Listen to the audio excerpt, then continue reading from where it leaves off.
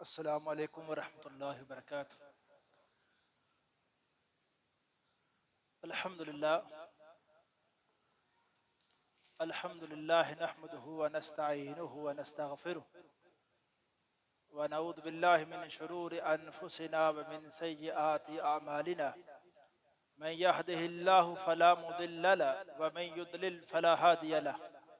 ونشهد ان لا اله الا الله وحده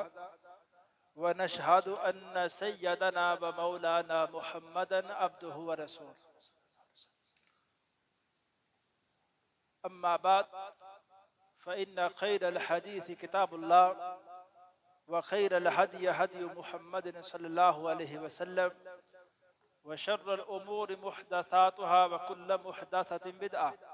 وكل بدعة ضلالة وكل ضلالة في النار۔ اللهم صل على محمد وعلى آل محمد كما صليت على إبراهيم وعلى آل إبراهيم إنك حميد مجيد۔ اللهم بارك على محمد وعلى آل محمد كما باركت على إبراهيم وعلى آل إبراهيم إنك حميد مجيد۔ أعوذ بالله السميع العليم من الشيطان الرجيم من همزه ونفخه ونفثه، بسم الله الرحمن الرحيم۔ انما الصدقات للفقراء والمساكين والعاملين عليها والمؤلفة قلوبهم وفي الرقاب والغارمين وفي سبيل الله وابن السبيل فريضة من الله والله عليم حكيم۔ ہر قسم کی تحمید و ستائش، کبریائی، بڑائی اللہ وحدہ لا شریک کی ذات کے لیے، اور اللہ تعالیٰ کی حمد و ثنا کے بعد بے شمار لا تعداد انگن درود السلام امام الانبیاء، امام الحرمین، سید الثقلین، جد الحسن والحسین، جناب محمد رسول اللہ صلی اللہ علیہ وسلم کی ذات اقدس و ذات طیبہ پر حضرات، گزشتہ دو خطبات کے اندر زکوٰۃ سے متعلقہ کچھ احکام و مسائل بیان کیے گئے ہیں۔ آج کے اس خطبہ جمعہ میں زکوٰۃ کے حوالے سے جو ایک ضروری اور اہم ترین مسئلہ ہے وہ زکوٰۃ کے مصارف کا ہے، کہ زکوٰۃ کہاں کہاں ہم خرچ کر سکتے ہیں۔ قرآن حکیم نے اس حوالے سے ہماری بڑی واضح رہنمائی کرتے ہوئے زکوٰۃ کے 8 مصارف، 8 وہ جگہیں جہاں ہم زکوٰۃ دے سکتے ہیں، ان کا بیان فرمایا ہے۔ اللہ تعالیٰ سورہ التوبہ کی 60 نمبر آیت کے اندر فرماتے ہیں، انما الصدقات للفقراء، کہ یہ جو زکوٰۃ ہے اس کا پہلا مصرف فقراء ہے، اور دوسرا مصرف فرمایا والمساکین، مساکین لوگ ہیں۔ یہاں دو الگ الگ اللہ تعالیٰ نے تذکرہ لوگوں کا فرمایا ہے، غریبوں کا، کہ مساکین اور فقراء۔ مسکین وہ شخص ہے، اہل علم نے اس کی وضاحت اس طرح سے کی ہے کہ ایک آدمی جو کچھ دنوں کا زیادہ راہ اخراجات معاملات اس کے پاس ہیں، لیکن سال کے اکثر مہینوں یا اکثر دنوں کے اخراجات اس کے پاس نہیں ہیں، وہ شخص فقراء کے اندر آ جاتا ہے۔ لیکن مسکین وہ شخص ہے جس کے پاس سال کے آدھے سے زیادہ جو ایام ہیں ان کے اخراجات، معاملات چلانے کے لیے اس کے پاس پیسے ہیں یا جو بھی کچھ وسائل اس کے پاس ایسے ہیں جن کے ذریعے وہ اپنے سال کے اکثر جو ایام کے مسائل کو حل کر سکتا ہے، وہ شخص مسکین ہے۔ میں دوبارہ عرض کرتا ہوں، فقیر اور مسکین کے درمیان صرف فرق اتنا ہی ہے کہ ہیں دونوں غریب۔ فقیر تھوڑا سا بہت زیادہ بہت بنیادی ضروریات سے بھی محروم شخص ہوتا ہے، اور مسکین آدمی وہ بھی محروم تو ہوتا ہے لیکن فقیر تک اس کی نوبت نہیں پہنچی ہوتی۔ اللہ تعالیٰ نے ان دونوں کو الگ الگ بیان کر کے اہل علم یہ فرماتے ہیں کہ دونوں غریبوں کے لیے اللہ تعالیٰ نے دو لفظ استعمال کیے، غریب کا اور مسکین کا، اور یہ دونوں الگ الگ مصرف ہیں۔ تو ہمیں اس بات کا پھر جائزہ لینا چاہیے کہ ہماری زکوٰۃ خرچ ہونے کے لیے ہمارے سامنے دو غریب ہیں، ان دو غریبوں میں ایک فقیر ہے ایک مسکین ہے، اور ہمارے پاس جو زکوٰۃ اتنی ہے کہ ہم کسی ایک بندے کے ساتھ تعاون کر سکتے ہیں، تو پھر زیادہ بہتر ہم فقیر کو دے دیں جو زیادہ مستحق ہے، جس کے حالات بہت زیادہ ہی خراب ہے، تو ہم ابتدا اس شخص کے ساتھ کریں۔ اب ایک سوال ہمارے ذہنوں میں یہ بھی آتا ہے کہ ہم لوگوں کی پہچان کیسے کریں کہ آج اس حالات میں کہ فلاں بندہ فقیر ہے یا مسکین ہے، زکوٰۃ کا مستحق ہے یا نہیں ہے، اس کو ہم کیسے دیکھیں؟ ہمارے پاس کوئی معیار کوئی تحقیق کا کیا ہے؟ عرض کرنے کا مقصد یہ ہے کہ اگر ہم نے زکوٰۃ کا اہم ترین فریضہ ادا کرنا ہے تو ہمیں کم از کم جس بندے کو زکوٰۃ دینی ہے اس کے بارے میں اس قدر تو معلومات لازمی حاصل کرنی چاہیے کہ یار یہ بندہ کوئی ایسا کوئی جھوٹا شخص تو نہیں ہے کہ دوسرے حقداروں کا حق مار رہا ہے، کوئی ایسا ہی پیشہ ور آدمی ہے، اس کی عادت ہے اگر سارے لوگ اس کو زکوٰۃ دیں گے تو کتنے ہی حقدار لوگوں کا حق یہ شخص مارے گا۔ اور اس فریضے کو زکوٰۃ کو ادا کرنے کے لیے دو باتیں ہیں میرے بھائی، ایک اپنے مال سے زکوٰۃ کے پیسے زکوٰۃ کی رقم الگ کرنا، ایک زکوٰۃ نکالنے والے بندے کا بنیادی فرض یہ ہے، اور دوسرا یہ بھی اس کا بنیادی ذمہ داریوں میں شامل ہے کہ وہ کسی حقدار کو جا کے پہنچائے بھی۔ یہ اس زکوٰۃ دینے والے کی ذمہ داری ہے کہ ایسے شخص کا انتخاب کر کے ایسے بندے کو تلاش۔ اور میرے بھائی ہمارے معاشرے میں جو حالات جا رہے ہیں، یہ غریب مسکین تلاش کرنا کوئی مشکل نہیں ہے۔ ہمارے پڑوس میں ہمارے ساتھ نماز پڑھنے والے، ہمارے ساتھ جو قریبی رشتہ دار ہیں جن کو ہم جانتے ہیں، ہم شہروں میں رہتے ہیں، اگر ہمارا کوئی رشتہ دار دیہات میں رہنے والا ہے جس کے معاملات کو ہمارا رشتہ دار ہے ہم جانتے ہیں، تو بڑی خاموشی کے ساتھ کسی غریب کی عزت نفس کو مجروح کیے بغیر ہم اس تک اپنی امانت یعنی جو ہمارا فرض ہے اس کو ادا کریں، اور اس میں کسی قسم کے شکریہ کا مطالبہ نہ کریں کہ اگلا بندہ آگے سے میرا کوئی شکریہ ادا کرے گا۔ آپ میرے بھائی ہم اپنا فرض ادا کر رہے ہیں، کسی پہ کوئی احسان نہیں کر رہے۔ اور اس میں مسکین غریب کے لیے ہم نے اپنے معیار کو اتنا سخت بھی نہیں کر دینا کہ ہمارے معیار پہ کوئی فقیر اترے ہی نہ، ہم سمجھے یار یہ بندہ فقیر نہیں ہے، اس کے پاس یہ ہے، یہ فلاں ہے، فلاں معاملات نہیں۔ آج کے حالات کے مطابق میں مسئلہ واضح کر کے عرض کرتا ہوں، ایک بندہ اگر 30-40 ہزار آمدن والا بندہ بھی ہے لیکن اس بیچارے کے گھر میں کوئی مریض ہے یا بچوں کی تعلیم کے حوالے سے وہ پریشان ہے، تو آپ یہ نہ دیکھیں یہ 30,000-40,000 آمدن والا بندہ ہے، آپ یہ دیکھیں کہ فلاں ایک ایسی ضرورت ہے پریشانی جس میں یہ بندہ مبتلا ہو گیا۔ بعض اوقات 25,000 آمدن والا بندہ خوشحالی سے رہ لیتا ہے، 50,000 والا اب مہینے کے آخر میں پریشان ہو جاتا ہے۔ گھر کے مسائل، حالات، پریشانیاں لوگوں کی مختلف ہوتی ہیں، تو جس بندے کو آپ سمجھیں کہ اس کے گھر میں اخراجات روٹی پک رہی ہے، لیکن میرے بھائی وہ اپنے بچوں کے علاج کے والے سے اس قدر پریشان ہے کہ اس کی آمدن سے اس کے بچوں کا علاج نہیں ہو سکتا۔ علاج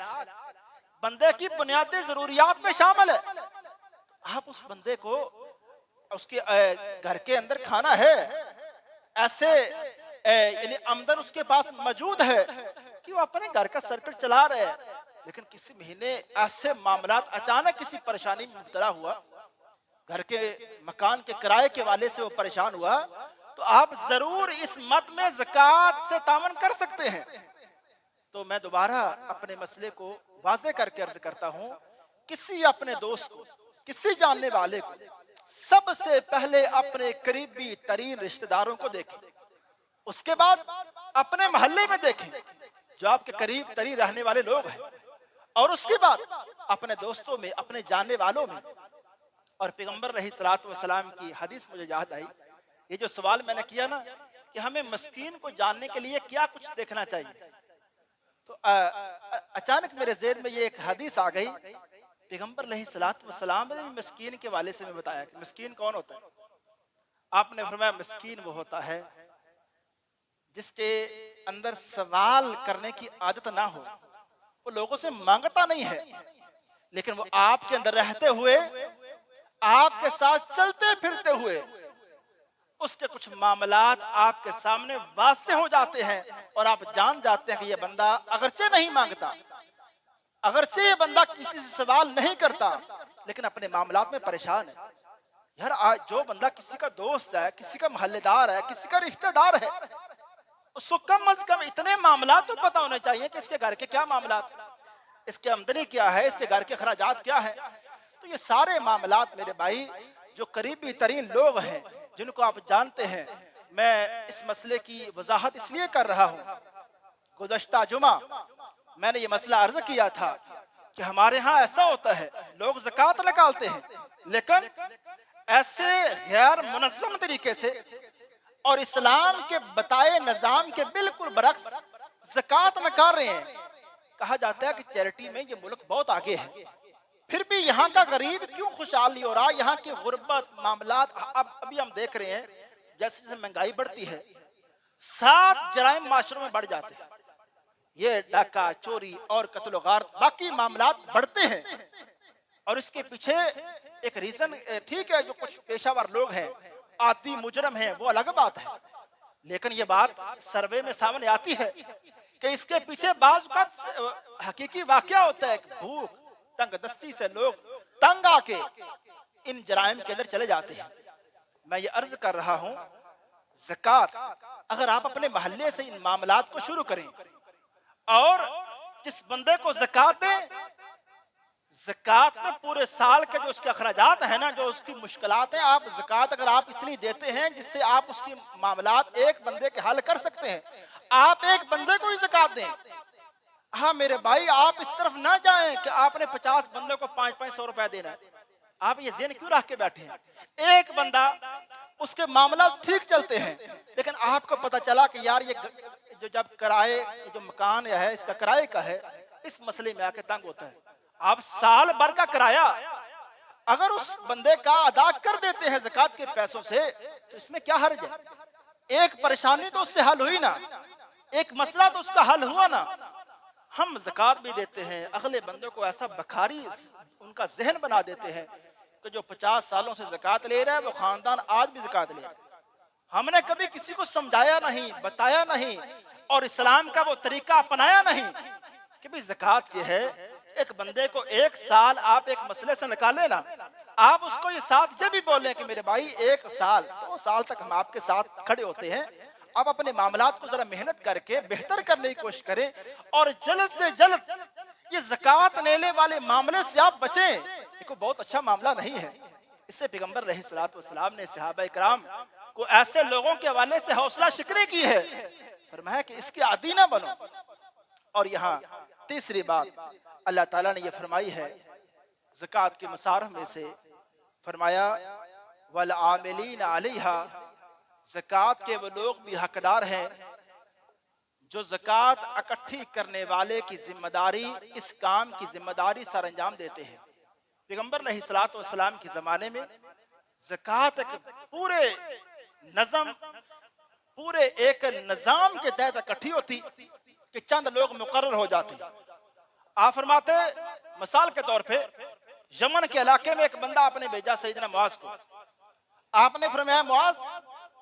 وہاں کے علاقے کو آپ نے دعوت و تبلیغ سارے معاملے کو آپ نے مینج کرنا ہے اور ساتھ اس علاقے سے زکوٰۃ بھی اکٹھی کرنی ہے. اور کیا فرمایا؟ فرمایا زکوٰۃ اکٹھی کر کے اسی علاقے کے جو غریب لوگ ہیں وہاں خرچ بھی کر دیں. اور پھر کیا ہوا؟ ایک جگہ جب زکوٰۃ اکٹھی ہوئی، ایک جگہ جب کچھ لوگوں کی لسٹ سامنے آئی کہ یہ اس علاقے میں فلاں فلاں لوگ مستحق ہیں، اور پھر مشاورت کے بعد ان لوگوں تک جب زکوٰۃ پہنچی تو بڑے منظم طریقے سے حق دار تک حق پہنچا. میں یہ عرض کرنا چاہتا ہوں مساجد آج بھی یہ کردار ادا کر سکتی ہے. میرے اس مشورے پر، میری اس تجویز پر احباب ذرا توجہ دیں کہ آج بھی مساجد جہاں اور معاملات میں کردار ادا کر رہی ہے، تو مساجد کے اندر چند لوگ جو خاص طور پہ محلے کی مسئلے ہیں. یہ جو ہمارے ہاں مسئلہ ہوتا ہے نا کہ ہمیں ہمارے محلے کے صحیح حقداروں کا پتہ نہیں ہے، تو میرے بھائی جو مسجد کے اندر لوگ ہوتے ہیں نا، خاص طور پہ جو پکے نمازی ہیں، وہاں وہ اپنے محلے کے لوگوں کو جو مستقل رہتے ہیں لازمی جانتے ہیں. اگر وہاں ہر سال کے بعد مسجد کے اندر ایک لسٹ تیار ہو جائے کہ ہمارے محلے میں یار یہ لوگ مستحق ہیں، ان کی یہ پریشانی ہے، ہم نے تحقیق کر کے جانا ہے، اور جو زکوٰۃ دینے والے بندے ہیں اسی فہرست کے مطابق 2 بندوں کو 3 بندوں کی ضرورت، اور زکوٰۃ دینے والے بندے یہ وہاں اس میٹنگ میں، اس اجلاس میں، اس کمیٹی میں طے کر دیں کہ یہ جو فہرست بنائی گئی ہے 4 بندوں کا مسئلہ سال کا میں حل کر سکتا ہوں. کوئی اور بولے کہے 2 کا میں حل کر سکتا ہوں، میری زکوٰۃ اتنی ہے 1 بندے کا مسئلہ میں حل کر سکتا ہوں. تو میرے بھائی ایسا کیوں نہیں ہو سکتا؟ مسجدوں کے اندر اور جہاں مسئلے مسائل میں ہم میٹنگیں کرتے ہیں، میٹنگیں کو بندوں کو یعنی قاری صاحب تھوڑا بہت مسئلہ ہو جائے، قاری صاحب کو نکالنے کے لیے میٹنگ ہو سکتی ہے، تو محلے میں کوئی اچھے کام کے لیے بھی تو میٹنگ ہو سکتی ہے، تو مسجد یہ کردار بھی تو ادا کر سکتی ہیں. تو یہ میرے بھائی مسجدوں کے اندر لازمی ایک مثبت طریقے کے ساتھ پیغمبر علیہ الصلوۃ والسلام کے زکوٰۃ دینے کا جو طریقہ تھا، جو اسلام نے متعارف کرایا ہے معاشرے کے اندر، وہ طریقہ یہی تھا کہ زکوٰۃ ساری کی ساری ایک علاقے کی ایک جگہ جمع ہوتی، اور ایک جگہ پھر بندے تلاش کر کے اس ایک جگہ سے زکوٰۃ ان مستحقین تک جاتی. لیکن آج جب ہم فردن یہ فریضہ سر انجام دے رہے ہیں، میں اس پہ کوئی فتویٰ نہیں لگا رہا ہوں، یہ مسئلہ دوبارہ عرض کرتا ہوں، میں یہ نہیں کہہ رہا ہوں کہ اس طرح زکوٰۃ دینے سے زکوٰۃ ہوتی نہیں ہے، لیکن زکوٰۃ کا جو صحیح اثر ہے، یہ زکوٰۃ کے معاشرے کو صحیح فائدے اسی طریقے سے حاصل ہو سکتے ہیں کہ ایک منظم طریقے سے محلوں کے اندر زکوٰۃ اکٹھی کی جائے، اور معتبر جن پر آپ کو اعتبار ہے، معاملات کو آپ ان کو سمجھتے ہیں، ان قابل اعتبار بندوں کے حوالے زکوٰۃ دی جائے، یا آپ ان کو زکوٰۃ نہ بھی دیں، ان سے ایک فہرست لے کے آپ خود کسی غریب مسکین جو مستحق آپ کو بتایا گیا ہے ان تک اپنی زکوٰۃ دیں، تو انشاءاللہ محلے کے اندر چند سالوں کے اندر آپ ایک اچھا کردار ادا کر سکتے ہیں. اور اسی طرح جو زکوٰۃ کے مصارف ہیں، ان میں ایک مصرف یہ ہے والمؤلفۃ قلوبہم، تالیف قلب کے لیے. یہ جو چوتھا مصرف ہے تالیف قلب، یہ ہے اس کے 2 صورتیں ہیں. ایک صورت ایسے علاقے جہاں مسلمان کم ہیں اور کفر زیادہ ہے، وہاں ایک ظالم شخص مسلمانوں کو تنگ کرتا ہے، لیکن دوسرے کسی علاقے کے مسلمان اگر اس طرح کچھ زکوٰۃ اکٹھی کر کے اپنے ان مسلمان بھائیوں کو کسی ظالم کے ظلم سے بچانا چاہتے ہوں، کہ اگر یہ معاملہ اس طرح کا ہو کہ اگر اس ظالم کے ساتھ کچھ تعاون کیا جائے، اس کے ساتھ کچھ تحائف کی صورت میں، تو یہ مسلمانوں پہ ظلم کم کر سکتا ہے. یا کوئی ایسا بندہ جو آپ کا دوست ہے، آپ کا محلے دار، آپ کا جاننے والا ہے، آپ اس بندے کو اسلام کے قریب لانا چاہتے ہیں اور آپ بتانا چاہتے ہیں کہ اسلام ایک دوسرے کا بڑا خیال کرتا ہے. تلیف قلب کے لیے اگرچہ وہ اس کے حالات کوئی ٹھیک ہے، نارمل حالات اس کے ہیں، وہ مستحق نہیں بھی ہے، تو پھر بھی زکوٰۃ کے پیسوں سے اگر کسی تحفے کی شکل میں اگر آپ اس کو اسلام کا کوئی محاسن بیان کرتے ہوئے کہ آپ اس کو کوئی تحفے کے طور پہ زکوٰۃ کے پیسوں سے کوئی چیز دے دیں تاکہ آپ کی نیت یہ ہو کہ یار اس تعاون سے یہ بندہ اسلام کے اور قریب آئے گا. آپ کے پاس کوئی غیر مسلم کام کرتا ہے, آپ سمجھتے ہیں کہ ہر موقع کے رمضان کے موسم میں, عید کے موسم میں, کسی بھی موقع پہ اگر میں اس کے ساتھ تعاون کروں گا اور ساتھ بتاؤں گا کہ یہ جو تعاون میں کر رہا ہوں یہ مجھے اسلام نے سکھایا ہے, یہ ہمارے مذہب میں ایک فرض ہے, ہمارے مذہب کی بنیادی تعلیمات میں شامل ہے, اور آپ یہ سمجھتے ہو کہ ایسا کرنے سے وہ بندہ اسلام کے اور قریب آ سکتا ہے, تالیف قلب کے لیے ایسے غیر مسلم کو زکوٰۃ دی جا سکتی ہے. اس کے علاوہ پانچواں مصرف یہ ہے وفی الرقاب, گردنیں آزاد کرنے کے مسئلے میں. یہ مسئلہ تو اس وقت زمانہ جو اس وقت کا تھا, غلاموں کا جو کنسپٹ تھا, یہ مسئلہ تو خاص طور پہ اس کے لیے تھا. اگر کسی غلام کو آزاد کرنے کے لیے زکوٰۃ کی رقم خرچ کی جائے تو ایسا کرنا جائز تھا قرآن کے مطابق. لیکن آج کے حالات میں اگر کوئی پریشان حال بندہ قرض کے معاملے میں مجبور ہو کے وہ کسی جگہ ایسا پھنس گیا ہے جیل کے اندر, اور وہ اس بندے کا صرف مسئلہ قرض ہے, قرض کے معاملے میں ہی وہ کچھ سالوں سے اس اذیت کا شکار ہے,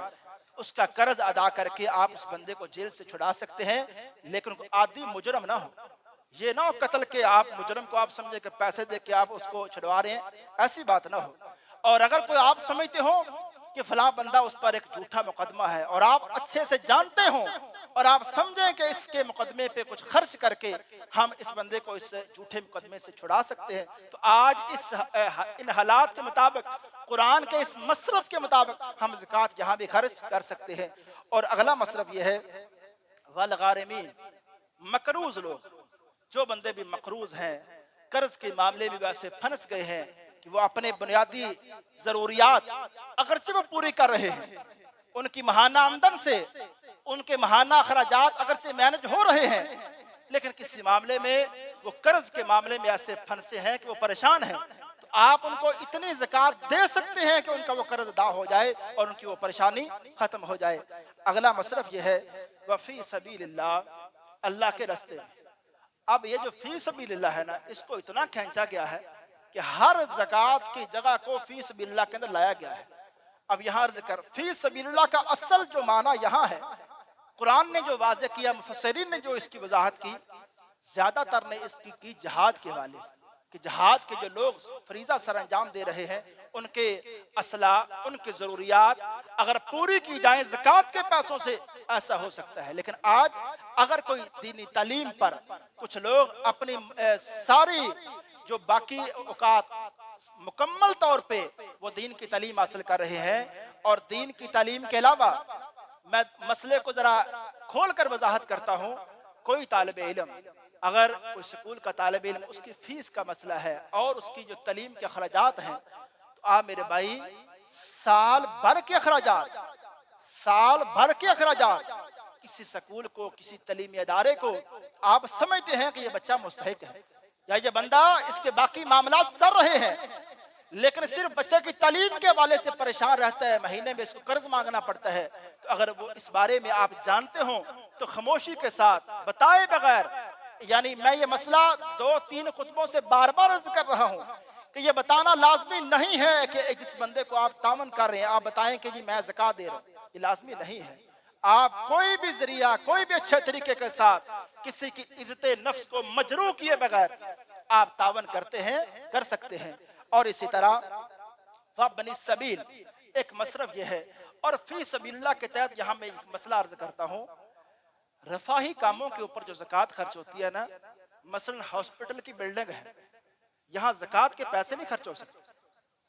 یا کوئی ایسا تعلیمی ادارہ ہے جہاں امیر اور غریب ہر طرح کا بچہ پڑھے گا, اس ادارے کی بلڈنگ کے اوپر زکوٰۃ کے پیسے نہیں خرچ ہو سکتے. اور یہاں مسئلہ صرف یہ ہے, اصول زکوٰۃ کے والے سے آپ یہ سمجھ لیں کہ رفاہی کام جس سے امیر اور غریب دونوں فائدہ اٹھاتے ہیں وہاں زکوٰۃ کے پیسے خرچ نہیں ہو سکتے. جنازگاہ کی بلڈنگ آپ زکوٰۃ کے پیسوں سے نہیں بنا سکتے, قبرستان کے معاملات اگر وہاں کوئی اینٹیں رکھنی ہے کوئی بھی, آپ زکوٰۃ کے پیسے وہاں نہیں لگا سکتے. نلکے لگانے ہیں، ٹیوب ویل لگانے ہیں، اس طرح کے معاملات زکوٰۃ کے پیسوں سے آپ خرچ جہاں نہیں کر سکتے، یہ صورتحال ضرور ہے کہ آپ کسی ایک خاص علاقے کو جانتے ہو، خاص علاقے کو، کہ وہاں کچھ لوگ ہجرت کر کے آئے ہیں، وہاں آپ سمجھتے ہیں سارے مسافر ہیں، اور وہاں لوگ اپنے معاملات میں اتنے پریشان ہیں کہ سب کا اتنا یہ پانی سب کا سب بنیادی مسئلہ ہے کہ پانی کے مسئلے کو کوئی وہاں کا رہنے والا حل نہیں کر سکتا، تو وہاں کے اجتماعی طور پہ وہاں نلکے کا انتظام یا پانی کا کوئی بھی انتظام آپ کسی طرح سے کر دیں کہ وہاں سارے مستحقین لوگ ہیں تو وہاں سارے فائدہ اٹھائیں گے، یہ مسئلہ الگ ہے۔ لیکن آپ رفاہی کاموں کے اوپر مطلق طور پہ زکوٰۃ کے پیسے خرچ کرنا شروع کر دیں، اس کی بالکل اجازت نہیں ہے۔ ہسپتال کے والے سے میں نے بات کی ہے، میں اس مسئلے کو یوں واضح کرتا ہوں، اگر کسی غریب کو کسی ہاسپٹل کے اندر اس طرح کا نظام ہے کہ وہاں کچھ پیسے اکٹھے ہوتے ہیں زکوٰۃ کے اور واضح کیا جاتا ہے یہ پیسے صرف اور صرف اس ہاسپٹل کے اندر غریبوں کے علاج کے اوپر خرچ ہوتے ہیں، یہ تو صورتحال بڑی واضح ہے، یہ ٹھیک ہے، لیکن مطلق طور پہ ایک ادارہ زکوٰۃ اس لیے جمع کرے کہ وہاں غریب امیر اس زکوٰۃ کے پیسوں سے خرچ فائدہ اٹھائیں، ڈاکٹرز کی تنخواہ وہاں سے ہو، وہاں کے اور ملازمین زکوٰۃ کے پیسوں سے تنخواہ لیں، حالانکہ وہ خدمت غریب امیر سب کی کرتے ہیں، تو یہ میرے بھائی اگر قرآن نے جو زکوٰۃ کے مصارف بیان کیے ہیں ان مصارف کو شروع کرنے سے پہلے ایک لفظ آیا ہے انما الصدقات، یہ لفظ ہے انما، اس انما کا مطلب یہ ہے کہ اللہ یہ فرمانا چاہتے ہیں کہ زکوٰۃ صرف اور صرف ان 8 جگہوں پہ خرچ ہو سکتی ہے، ان 8 کے علاوہ زکوٰۃ خرچ نہیں ہو سکتی۔ ہم ایسا کیوں سمجھتے ہیں کہ ہر جگہ جہاں ضرورت ہے زکوٰۃ ہی خرچ کرنی ہے؟ اسلام میں زکوٰۃ کے علاوہ بھی مال کے اندر حق ہے کہ ہم اس حق کو ادا کرتے ہوئے لوگوں کے ساتھ تعاون کریں۔ وما علیہ الا البلاغ۔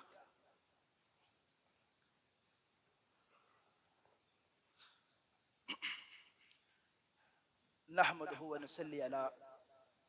رسولہ الکریم۔ یہ چند ایک سوالات ہیں، اختصار کے ساتھ میں ان کا جواب دیتا ہوں۔ پہلا سوال یہ ہے کہ زکوٰۃ سال میں ساتھ ساتھ ادا کر سکتے ہیں؟ مثلا جیسا کہ کسی مریض کی ماہانہ ادویات، کسی طالب علم کی سال کی فیس، کسی بیوہ یا مسکین کا ماہانہ خرچ۔ ضرور جس طرح میں نے عرض کیا ہے کہ غریب کے سال کے پورے معاملات، جو مستحق شخص ہے نا، اس کے لیے جو پیریڈ بتایا گیا ہے نا سال کا، کیونکہ سال کے بعد زکوٰۃ آتی ہے، تو سال تک کے معاملات کسی مستحق کے آپ زکوٰۃ کے پیسوں سے ادا کر سکتے ہیں۔ وہ معاملات کسی کے فیس کے ہوں، کسی کے علاج کے ہوں، یا کوئی بھی ضرورت جو سال تک کے لیے، جیسے میں نے خطبہ کے اندر کہا ایک بندہ اس کے مکان کا کرایہ ہے جس میں وہ پریشان رہتا ہے، سال بھر کا کرایہ آپ زکوٰۃ کے پیسوں سے ادا کر سکتے ہیں۔ دوسرا ایک سوال یہ کہ زکوٰۃ کی رقم کسی دوسرے علاقے یا ملک میں منتقل کی جا سکتی ہے؟ ضرورت کے تحت ایسا ہو سکتا ہے، مطلق طور پہ ایسا کرنا درست نہیں ہے، لیکن کسی خاص مسلمانوں کے علاقے میں حادثاتی طور پہ کوئی مسئلہ بن گیا ہے، جس طرح فلسطین کا مسئلہ ہے، یا کوئی اور یہاں کوئی علاقہ جہاں اس قدر لوگ مجبور ہو گئے ہیں، تو وہاں باقی علاقے کے لوگوں کا حق ہے کہ ان مساکین تک، ان مجبور لوگوں تک اپنی زکوٰۃ پہنچائیں۔ دوسرا یہاں سوال یہ ہے کہ سکول فیس زکوٰۃ کی رقم سے ادا ہو سکتی ہے؟ جی بالکل، اس میں کوئی حرج نہیں انشاءاللہ۔ نمبر 3 مسئلہ، ہمارے علاقے میں ایک سکول میں حفظ قرآن کا مقابلہ ہو رہا ہے، اس کے انعامات اور دیگر اخراجات میں زکوٰۃ کے پیسے لگائے جا سکتے ہیں؟ یہ پچھلا جمعہ بھی اس طرح سوال تھا، بالکل نہیں لگائے جا سکتے۔ حفظ قرآن کا مقابلہ ہے، وہاں انعامات کی شکل میں جو اخراجات ہوں گے یا کھانے پینا، یہ کوئی ضروریات نہیں ہے، یہاں زکوٰۃ کے پیسے نہیں لگائے جا سکتے۔ میرا ایک بیٹا الگ رہتا ہے اور اس کی آمدن کم ہے، باقی بیٹوں کے حالات اچھے ہیں، کیا میں اسے زکوٰۃ کی مد میں تعاون کر سکتا ہوں؟ ویسے تو اگر کوئی بیٹا اگرچہ الگ رہتا ہے، باپ کے پاس اتنے پیسے ہیں کہ وہ بیٹے کو زکوٰۃ کے علاوہ تعاون کر سکتا ہے، تو اس کو تعاون زکوٰۃ کے علاوہ کرنا چاہیے۔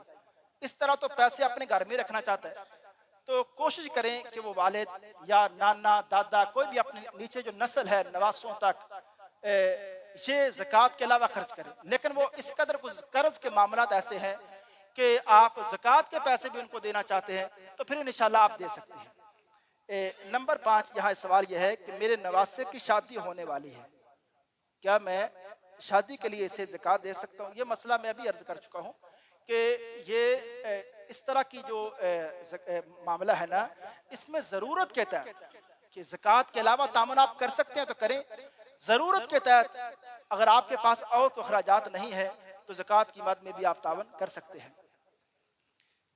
میں نے اپنی بیوی کو طلاق دے دی ہے اور بچے میرے پاس رہتے ہیں، اس متعلقہ بیوی سے میرا رابطہ ہے، اس کے حالات اچھے نہیں ہیں، کیا میں زکوٰۃ کی رقم سے تعاون کر سکتا ہوں؟ اچھا، طلاق دی جا چکی ہے تو اس میں دو صورتیں ہیں۔ اگر طلاق کے بعد عدت پوری ہو چکی ہے، جو 3 ماہ عدت ہوتی ہے وہ مکمل ہو چکی ہے اور بالکل طلاق پکی ہو چکی ہے، وہ اس کی بیوی نہیں رہی، اگرچہ وہ طلاق سال 2 سال پہلے اس نے دی تھی تو بچے اس کے پاس رہتے ہیں، تو وہ اب اس عورت کے ساتھ اس کا کوئی تعلق نہیں ہے، وہ عام جس طرح باقی غریبوں کے ساتھ تعاون کر سکتا ہے اس کے ساتھ بھی کر سکتا ہے۔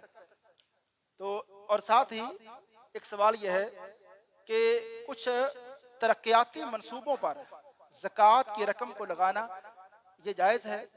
یہ بالکل جس طرح میں نے عرض کیا ہے کہ ترقیاتی منصوبے جس طرح رفاہی کام ہوتے ہیں ان پر جس طرح غریب اور امیر سارے فائدہ اٹھاتے ہیں، ان پر اس طرح زکوٰۃ کی رقم نہیں لگائی جا سکتی۔ اما بعد فإن خیر الحدیث کتاب اللہ وخیر الہدی ہدی محمد صلی اللہ علیہ وسلم وشر الامور محدثاتها وكل محدثة بدعة وكل بدعة ضلالة وكل ضلالة في النار۔ اللهم صل على محمد وعلى ال محمد كما صليت على ابراهيم وعلى ال ابراهيم انك حميد مجيد۔ اللهم بارك على محمد وعلى ال محمد كما باركت على ابراهيم وعلى ال ابراهيم انك حميد مجيد۔ ربنا ظلمنا انفسنا وان لم تغفر لنا وترحمنا لنكونن من الخاسرين۔